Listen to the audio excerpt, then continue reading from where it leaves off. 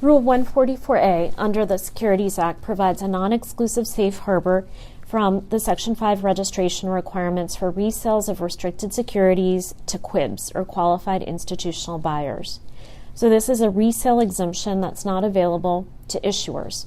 It's available in order to facilitate resales of restricted securities and ensure that resellers can have certainty that they're not going to be viewed as statutory underwriters in connection with their resales of restricted securities.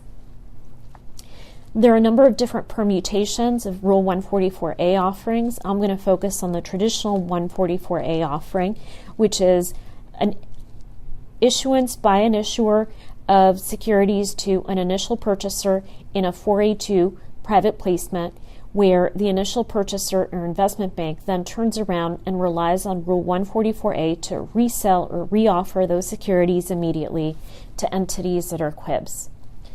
So a QIB is usually any corporation, partnership, or other entity that has at least $100 million in aggregate of securities of non-affiliates, certain U.S. or foreign banks, certain registered dealers. So these are the largest of institutional investors. Generally, initial purchaser is going to ascertain whether an entity is or isn't a QIB by relying on databases like DealLogic, relying on SEC filings, or relying on a QIB questionnaire.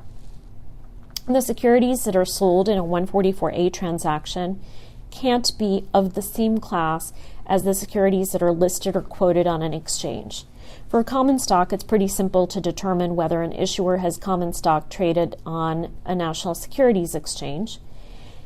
If an issuer that has common stock that's listed or traded wants to rely on 144A, it'll usually sell preferred stock or convertible debt or even warrants. In the case of a convertible or exercisable security, it's going to have a conversion premium of at least 10% in order not to be seen as fungible or as the same security.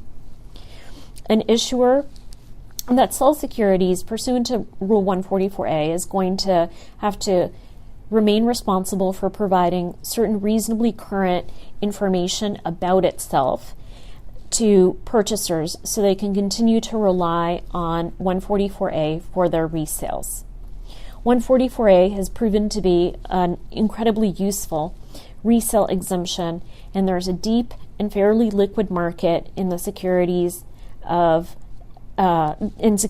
can be traded by and among QIBs.